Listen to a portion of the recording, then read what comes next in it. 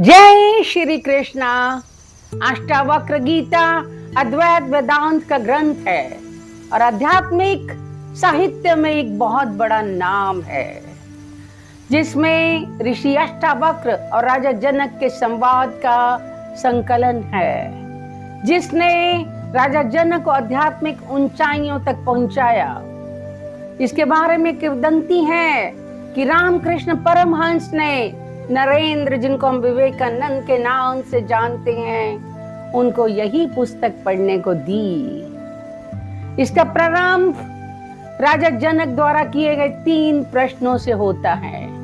ज्ञान कैसे प्राप्त होता है, मुक्ति कैसे होगी, वैराग्य कैसे प्राप्त होगा, जो शाश्वत प्रश्न हैं और हर युग में पूछे जाते हैं। इसका एक एक सूत्र हजारों मणिकों की तुलना में अमूल्य है। इसमें गागर में सागर है। आज हम इसके 18वें अध्याय का पाठ करेंगे।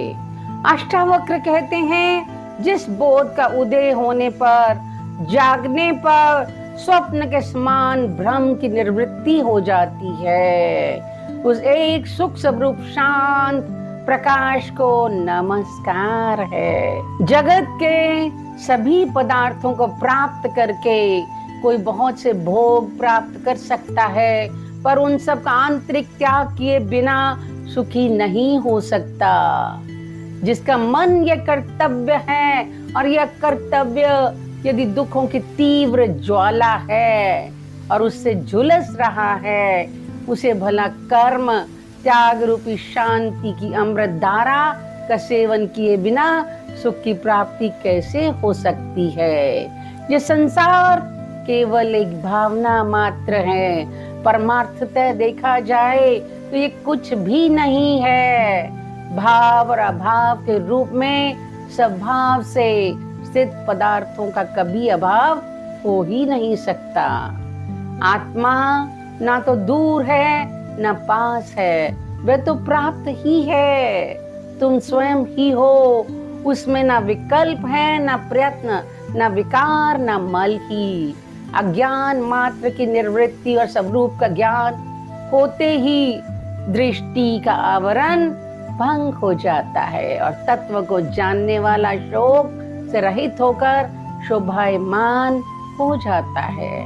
सब कुछ कल्पना मात्र है और आत्मा नित्य मुक्त है। धीर पुरुष इस तथ्य को जानकर फिर बालक के समान क्या अभ्यास करे।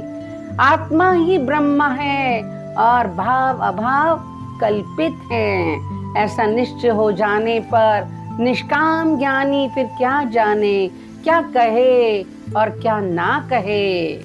सब आत्मा ही है, ऐसा निश्चय करके जो चुप हो गया है, उस पुरुष के लिए ये मैं हूँ, ये मैं नहीं हूँ आदि कल्पनाएं भी शांत हो जाती हैं। अपने स्वरूप में स्थित होकर शांत हुए तत्वज्ञानी के लिए ना विक्षेप है और ना एकाग्रता, ना ज्ञान और ना अज्ञान, ना सुख और ना दुख।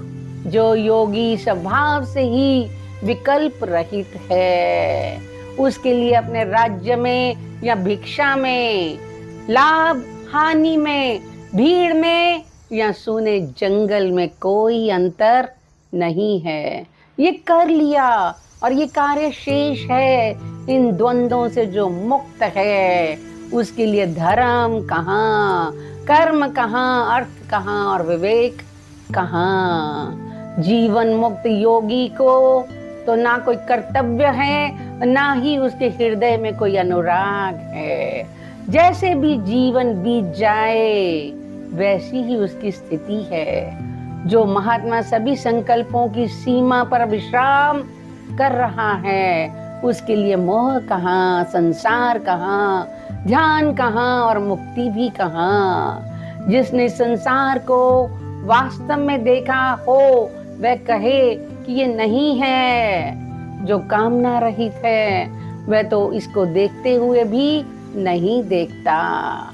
जिसने अपने से भिन्न पर ब्रह्मा को देखा हो, वह चिंतन किया करे और वह ब्रह्मा मैं हूँ पर जिसे कुछ दूसरा दिखाई ही नहीं देता, वह निश्चिंत क्या विचार करे। जिसने अपने स्वरूप में कभी कोई विक्षेप देखा हो, वह उसको रोके। तत्व को जानने वाले का विक्षेप कभी होता ही नहीं है। किसी साध्य के बिना वह क्या करे। तत्वज्ञ तो संसारिक लोगों से उल्टा ही होता है। वह सामान्य लोगों जैसे व्यवहार करता हुआ भी अपने स्वरूप में न समाधि देखता है, न विक्षेप और न लय ही। तत्वज्ञ भाव और अभाव से रहित, तृप्त और कामना रहित होता है। लौकिक दृष्टि से कुछ उल्टा सीधा करते हुए भी मैं कुछ नहीं करता। तत्वज्ञ का प्रवृत्ति या निर्वृत्ति का दुराग्रह नहीं होता। जब जो सामने आ जाता है तब उसे करके वह आनंद से रहता है। ज्ञानी कामना, आश्रय और परतंत्रता आदि के बंधनों से सर्वथा मुक्त होता है। प्रारब्ध रूपी वायु के वेग से उसका शरीर उसी प्रकार गतिशील रहता है जैसे वायु के वेग से सूखा पत्ता। जो संसार से मुक्त है वह ना कभी हर्ष करता है ना विषाद करता है। उसका मन सदा शीतल रहता है। वह शरीर रहते हुए भी विदेह के समान सुशोभित होता है। जिसका अंतर्मन शीतल और स्वच्छ है, जो आत्मा में ही रमन करता है, उस धीर पुरुष की ना तो किसी त्याग की इच्छा होती है, ना कुछ पाने की इच्छा होती है। जिस धीर पुरुष का चित्त स्वभाव से ही निर्विषय है, वह साधारण मनुष्य के समान प्रारब्धवश जो कार्य मिला है वो तो करता है, पर उसका उसे ना मान होता है ना अपमान होता है। ये कर्म शरीर ने किया है, मैंने नहीं। मैं तो शुद्ध स्वरूप हूँ। इस प्रकार जिसने निश्चय कर लिया है, मैं कर्म करता हुआ भी नहीं करता। सुखी और श्रीमान जीवन मुक्त विषयी के समान कार्य करता है, परंतु विषय नहीं होता है। वह तो संसारिक कार्य करता हुआ भी शोभा को प्राप्त होता है। जो धीर पुरुष अनेक विचारों से थक कर अपने स्वरूप में विश्राम पा चुका है, वह न कल्पना करता है, न जानता है, न सुनता है, न देखता ही है। ऐसा ज्ञानी समाधि में आग्रह न होने के कारण मुमुक्षु नहीं, और विक्षेप न होने के कारण से विषय भी नहीं है। मेरे अतिरिक्त जो कुछ भी दिख रहा है वह सब कल्पित है, ऐसा निश्चय करके सबको देखता हुआ वह ब्रह्मा ही है। जिसके अंतःकरण में अहंकार विद्यमान है, वह देखने में कर्म नहीं करता, लेकिन फिर भी करता है, क्योंकि वह कर्म मन से कर रहा है। पर जो धीर पुरुष निरअहंकार है, वह सब कुछ करते हुए भी कर्म नहीं करता। मुक्त पुरुष के चित्त में न उद्वेग है, न संतोष, न कृतत्व, न कर्तव्य का अभिमान है। उसके चित्त में न आशा है न संदेह। ऐसा चित्त ही सुशोभित होता है। जीवन मुक्त का चित्त ध्यान से विरत होने के लिए और व्यवहार करने की चेष्टा नहीं करता है। निमित्त के शून्य होने पर वह ध्यान से विरत भी होता है और व्यवहार भी करता है। अविवेकी पुरुष यथार्थ तत्व का वर्णन सुनकर और अधिक मोह को प्राप्त होता है, यह संकुचित हो जाता है। कभी कभी तो कुछ बुद्धिमान भी उसी अविवेकी के समान व्यवहार करने लग जाते हैं। मूढ़ पुरुष बार बार चित्त की एकाग्रता और निरोध का अभ्यास करते हैं। धीर पुरुष सुषुप्त के समान अपने स्वरूप में स्थित रहते हुए कुछ भी कर्तव्य रूप में नहीं करते। मूढ़ पुरुष प्रयत्न से या प्रयत्न के त्याग से शांति प्राप्त नहीं करता, पर प्रज्ञावान पुरुष तत्व के निश्चय मात्र से शांति प्राप्त कर लेता है। आत्मा के संबंध में जो अभ्यास में लगे रहते हैं, वे अपने शुद्ध बुद्ध प्रिय पूर्ण निष्प्रपंच और निरामय ब्रह्म स्वरूप को नहीं जानते। अज्ञानी मनुष्य कर्म रूपी अभ्यास से मुक्ति नहीं पा सकता। अज्ञानी कर्म रहित होने पर भी केवल ज्ञान से मुक्ति प्राप्त कर लेता है। अज्ञानी को ब्रह्मा का साक्षात्कार नहीं हो सकता क्योंकि वह ब्रह्म होना चाहता है। ज्ञानी पुरुष इच्छा ना करने पर भी पर ब्रह्म बोध स्वरूप में रहता है। अज्ञानी निराधार आग्रहों में पड़कर संसार का पोषण करते रहते हैं। ज्ञानियों ने सभी अनर्थों की जड़ इस संसार की सत्ता का ही पूर्ण नाश कर दिया है। अज्ञानी शांति प्राप्त नहीं कर सकता क्योंकि वह शांत होने की इच्छा से ग्रस्त है। ज्ञानी पुरुष तत्व का दृढ़ निश्चय करके सदैव शांत चित्त ही रहता है। अज्ञानी को आत्म साक्षात्कार कैसे हो सकता है जब वह दृश्य पदार्थों के आश्रय को स्वीकार करता है। ज्ञानी पुरुष तो वे हैं जो दृश्य पदार्थों को ना देखते हुए अपने अविनाशी स्वरूप को ही देखते हैं। जो आग्रह करता है उस मूर्ख का चित्त निरुद्ध कहाँ है। आत्मा में रमन करने वाले धीर पुरुष का चित्त सदैव स्वाभाविक रूप से निरुद्ध ही रहता है। कोई पदार्थ की सत्ता की भावना करता है और कोई पदार्थों की असत्ता की। ज्ञानी तो भाव अभाव दोनों की भावना को छोड़कर निश्चिंत रहता है। बुद्धिहीन पुरुष अज्ञानवश अपने शुद्ध अद्वितीय स्वरूप का ज्ञान तो प्राप्त करते नहीं पर केवल भावना करते हैं। उन्हें जीवन पर्यंत शांति नहीं मिलती। मुमुक्षु पुरुष की बुद्धि कुछ आश्रय ग्रहण किए बिना नहीं रहती। मुक्त पुरुष की बुद्धि तो सब प्रकार से निष्काम और निराश्रय ही रहती है।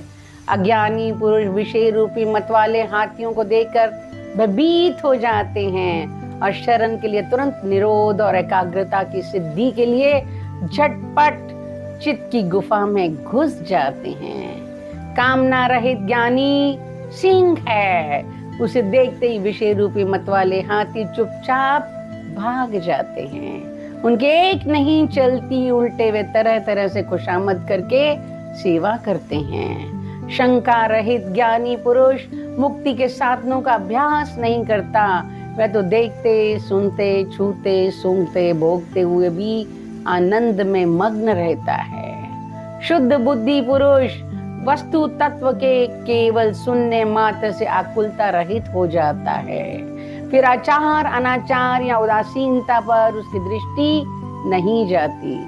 स्वभाव में स्थित ज्ञानी शुभ हो या अशुभ जो जब करने के लिए सामने आ जाता है तब उसे बालक की चेष्टा के समान सरलता से कर डालता है। स्वतंत्रता से ही सुख की प्राप्ति होती है। स्वतंत्रता से ही परम तत्व की उपलब्धि होती है।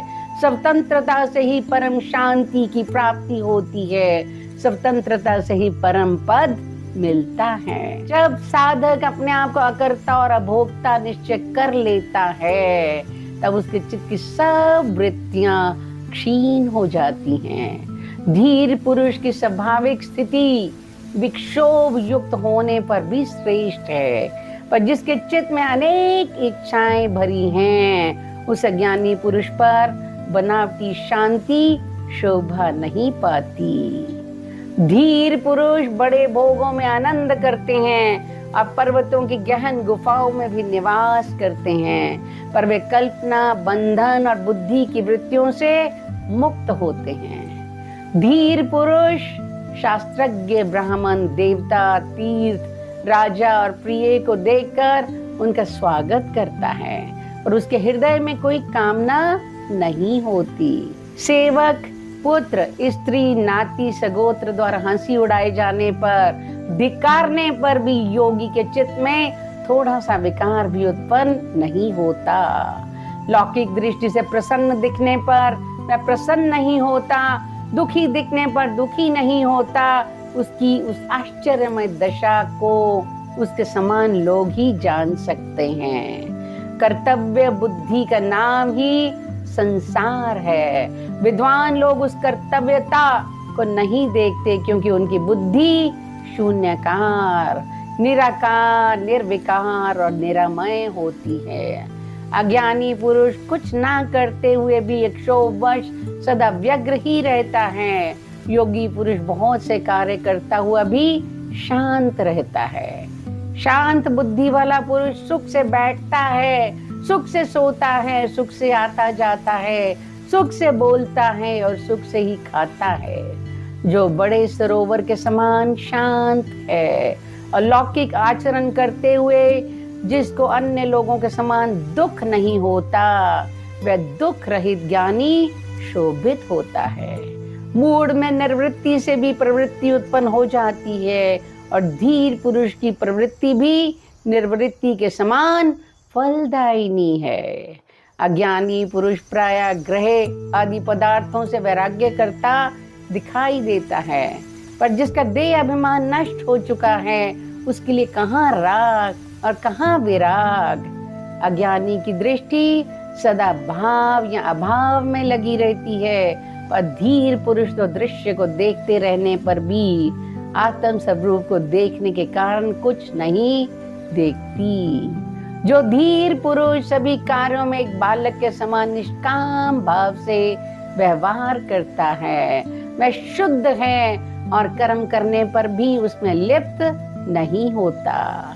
वह आत्मज्ञानी धन्य है जो सभी स्थितियों में समान रहता है, देखते, सुनते, छूते, सूंघते और खाते पीते भी उसका मन कामना रहित होता है। धीर पुरुष सदा आकाश के समान निर्विकल्प रहता है। उसकी दृष्टि में संसार कहाँ और उसकी प्रतीति कहाँ, उसके लिए साध्य क्या और साधन क्या, सब बराबर हैं। जिस सन्यासी को अपने अखंड स्वरूप में सदा स्वाभाविक रूप से समाधि रहती है, जो पूर्ण आनंद स्वरूप है, वही विजयी है। बहुत कहने से क्या लाभ। महात्मा पुरुष भोग और मोक्ष दोनों की इच्छा नहीं करता और सदा सर्वत्र राग रहित होता है। महत्त्व से लेकर संपूर्ण द्वैत रूप दृश्य जगत नाम मात्र का ही विस्तार है। शुद्ध बोध स्वरूप धीर ने जब उसका भी परित्याग कर दिया, फिर भला उसका क्या कर्तव्य शेष रह जाता है। ये संपूर्ण दृश्य जगत ब्रह्म मात्र है, ये कुछ नहीं है। ऐसे निश्चय से युक्त पुरुष दृश्य की स्फूर्ति से भी रहित हो जाता है और स्वभाव से शांत हो जाता है। जो शुद्ध स्फुरन रूप है, जिसे दृश्य सत्तावान नहीं मालूम पड़ता, उसके लिए विधि क्या, वैराग्य क्या, त्याग क्या और शांति भी क्या। जो अनंत रूप से स्वयं स्फुरित हो रहा है और प्रकृति की पृथक सत्ता को नहीं देखता है, उसके लिए बंधन कहाँ, मोक्ष कहाँ, हर्ष कहाँ और विषाद कहाँ। बुद्धि के अंत तक ही संसार है और ये केवल माया का विवर्त है। इस तत्व को जानने वाला बुद्धिमान ममता, अहंकार और कामना से रहित होकर शोभित होता है। जो मुनि संताप से रहित अपने अविनाशी स्वरूप को जानता है, उसके लिए विद्या कहाँ और विश्व कहाँ, अथवा देह कहाँ और मैं मेरा कहाँ रहता है। जड़ बुद्धि वाला यदि निरोध आदि कर्मों को छोड़ देता है तो अगले क्षण बड़े बड़े मनोरथ बनाने और प्रलाप करने लगता है। अज्ञानी तत्व का श्रवण करके भी अपनी मूर्ता का त्याग नहीं करता। वह बाहरी रूप से तो निसंकल्प हो जाता है, पर उसके अंतर मन में विषयों की इच्छा बनी रहती है। ज्ञान से जिसका कर्म बंधन नष्ट हो गया है, वह लौकिक रूप से कर्म करता रहे तो भी उसके लिए कुछ करने और कहने का अवसर नहीं रहता, क्योंकि वह अकर्ता और अवक्ता है। जो धीर सदा निर्विकार और भय रहित है, उसके लिए अंधकार कहाँ, प्रकाश कहाँ और त्याग कहाँ। उसके लिए किसी का कोई भी अस्तित्व है ही नहीं। योगी को धैर्य कहाँ, विवेक कहाँ और निर्भयता भी कहाँ। उसका स्वभाव अनिवर्चनीय है और वह वस्तुतः स्वभाव रहित है। योगी के लिए ना स्वर्ग है, ना नरक है, ना जीवन मुक्ति है, इस संबंध में अधिक कहने से क्या लाभ है? योग की दृष्टि से कुछ भी नहीं है। धीर का चित्त ऐसे शीतल रहता है जैसे वे अमृत से परिपूर्ण हो। वह न लाभ की आशा करता है न हानि का शोक। धीर पुरुष न संत की स्तुति करता है न दुष्ट की निंदा। वह सुख दुख में समान स्वयं में तृप्त रहता है। वह अपने लिए कोई भी कर्तव्य नहीं देखता। धीर पुरुष न संसार से द्वेष करता है और न आत्म दर्शन की इच्छा करता है। वह हर्ष और शोक से रहित है। लौकिक दृष्टि से वह ना तो मृत है न जीवित है। जो धीर पुरुष पुत्र स्त्री के प्रति आसक्ति से रहित होता है, विषय की उपलब्धि में उसकी प्रवृत्ति नहीं होती, अपने शरीर के लिए भी निश्चिंत रहता है, सभी आशाओं से रहित होता है, वह सुशोभित होता है। जहाँ सूर्यास्त हुआ वहाँ सो लिया, जहाँ इच्छा हुई वहाँ रह लिया, जो सामने आया उसी के अनुसार व्यवहार कर लिया। इस प्रकार धीर सर्वत्र संतुष्ट रहता है। जो अपने आत्म स्वरूप में विश्राम करते हुए सभी प्रपंचों का नाश कर चुका है, उस महात्मा को शरीर रहे अथवा नष्ट हो जाए ऐसी चिंता भी नहीं होती। ज्ञानी पुरुष संग्रह रहित, स्वच्छंद, निर्द्वंद और संशय रहित होता है।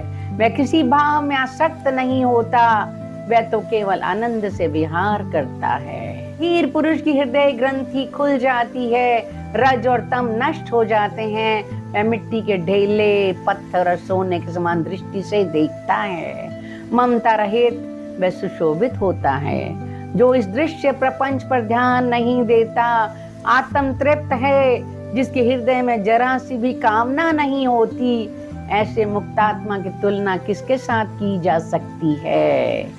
कामना रहित धीर के अतिरिक्त ऐसा कौन है जो जानते हुए भी ना जाने, देखते हुए भी ना देखे और बोलते हुए भी ना बोले? राजा हो या रंक, जो कामना रहित है वह ही सुशोभित होता है। जिसकी दृश्य सब रूपों में शुभ और अशुभ बुद्धि समाप्त हो गई है, वह निष्काम है। योगी निष्कपट, सरल और चरित्रवान होता है। उसके लिए स्वच्छंदता क्या, संकोच क्या और तत्व विचार भी क्या। जो अपने स्वरूप में विश्राम करके तृप्त है, आशा रहित है, दुख रहित है, वह अपने अंतःकरण में जिस आनंद का अनुभव करता है वह कैसे किसी को बताया जा सकता है। धीर पुरुष पद पद पर तृप्त रहता है। वह सोकर भी नहीं सोता, वह स्वप्न देखकर भी नहीं देखता और जागृत रहने पर भी नहीं जागता। धीर पुरुष चिंतावान होने पर भी चिंता रहित होता है।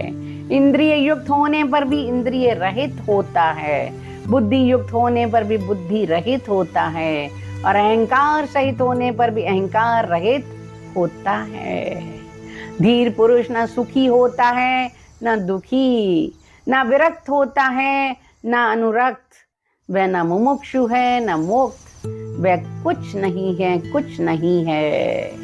धीर पुरुष विक्षेप में विक्षिप्त नहीं होता, समाधि में समाधिस्थ नहीं होता, कि लौकिक जड़ता में वह जड़ नहीं है और पांडित्य में पंडित नहीं है। धीर पुरुष सभी स्थितियों में अपने स्वरूप में स्थित रहता है।